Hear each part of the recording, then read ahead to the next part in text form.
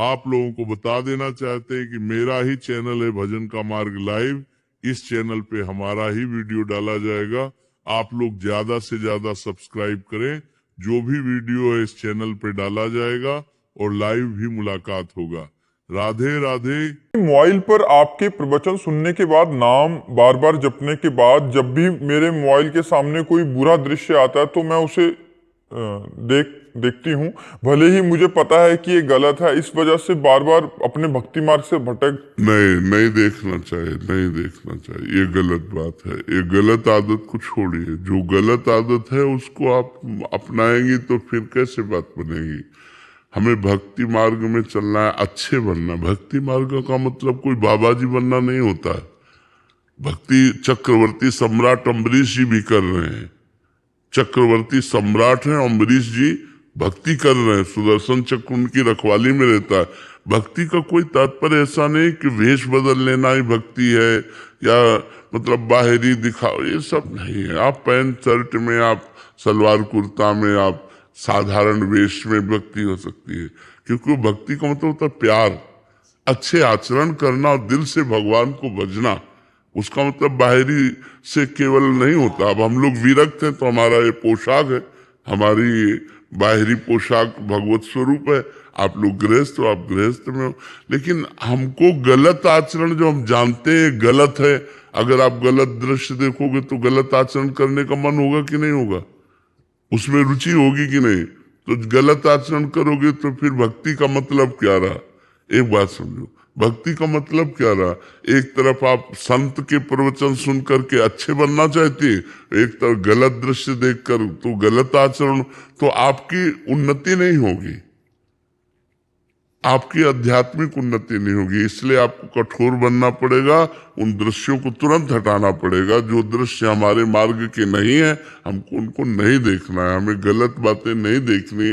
और आज हमारे नौजवान बच्चे गलत बातें देख देख कर बहुत ज्यादा गलत होते जा रहे हैं, गलत आचरणों में प्रवृत्त होते जा रहे हैं। क्योंकि मोबाइल वो सब कुछ दिखा देता है, तो ये सब बातें अगर करोगे तो भक्ति कैसे होगी। बिल्कुल नहीं। अच्छे बच्चे बनो और ये जब गलतियां हैं इनको छोड़ो, बिल्कुल छोड़ो। सचिन जी, शिमला हिमाचल से। राधे राधे महाराज जी। महाराज जी, आपके चरणों में दंडवत प्रणाम। महाराज जी, भगवत मार्ग के पथिक को भगवत साक्षात्कार होने से पहले ऐसे कौन कौन से अनुभव या संकेत या भाव मिलते हैं जिससे पता चले कि वो सही मार्ग पर चल रहा है? काम आदि विकार निष्प्रभावित होने लगते हैं। जो पूरे त्रिभुवन को अधीन किए हुए है काम,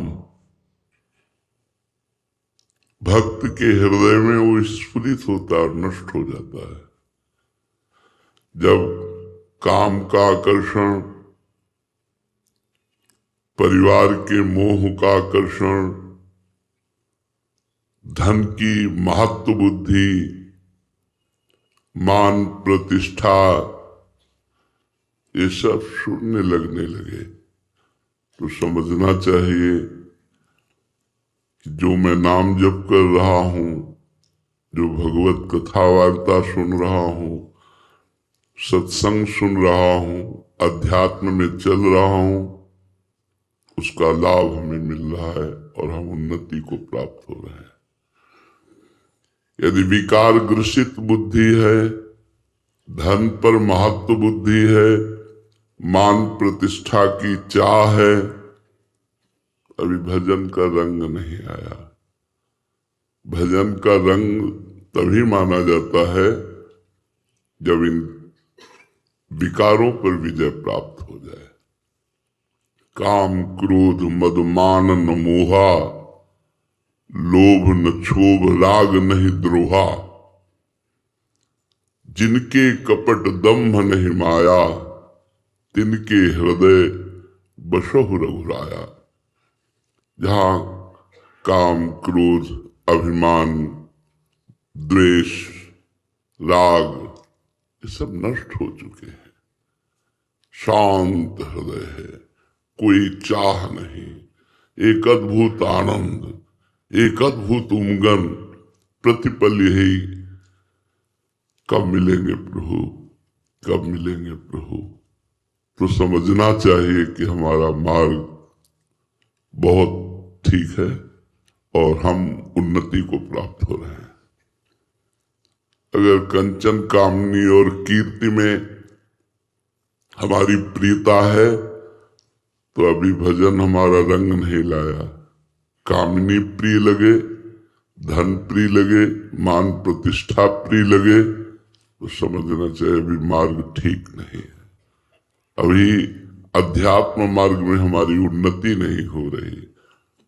अध्यात्म मार्ग में उन्नति तभी मानी जाती है जब इन तीनों पर हमारी अनासक्त बुद्धि हो जाए, न कंचन में, न कामिनी में, न मान प्रतिष्ठा कीर्ति में। तब हमारा भजन सफल माना जाएगा। निरंतर भगवत स्मृति, विकारों पर विजय और मान